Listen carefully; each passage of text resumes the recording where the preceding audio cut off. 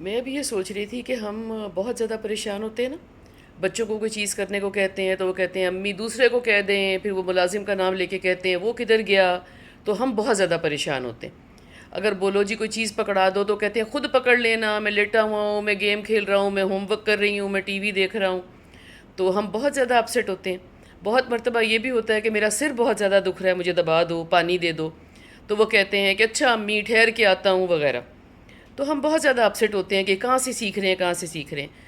ان کو کہنے کی بجائے کہ کہاں سے سیکھ رہے ہیں، ذرا کوشش کریں، پیچھے ذرا نظر دوڑائیں تو یہ دیکھیں کہ جب ان کو کسی وقت ضرورت تھی کہ وہ کہہ رہے تھے کہ ہمیں اسی وقت ٹوائلٹ لے جائیں، یا میرا ہوم ورک ختم کرا دیں، یا مجھے پہلے کہیں ڈراپ کر دیں، یا مجھے فلاں چیز گرم کر دیں، تو آپ کہتے تھے مائکرو ویو میں رکھ دو، آپ کہتے تھے میں ہوم ورک شام کو کرا دوں گی، وغیرہ وغیرہ. بہت سی ایسی باتیں ہوتی تھی نا.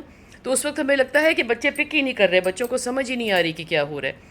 تو ان کو آج کہنے کی بجائے کہ وہ کہاں کھڑے ہیں، ان کو کون سکھا رہا ہے، یہ دیکھیں کہ ہم نے پاسٹ میں کیا کیے. جو ہم پاسٹ میں کرتے ہیں وہ ہمیں پریزنٹ میں نظر آتا ہے، اور وہی ہمارا فیوچر بن کے سامنے کھڑا ہو جاتا ہے. تو اپنے آپ کو دیکھیں، آج بھی اپنے آپ کو دیکھیں، اس لیے کہ ہو سکتا ہے کل کو کسی نے آپ کے ساتھ یہ کرنا ہو جو آج آپ کسی کے ساتھ کر رہے ہیں. ان کو بلیم کرنے کی بجائے اپنے آپ کو دیکھیں پلیز.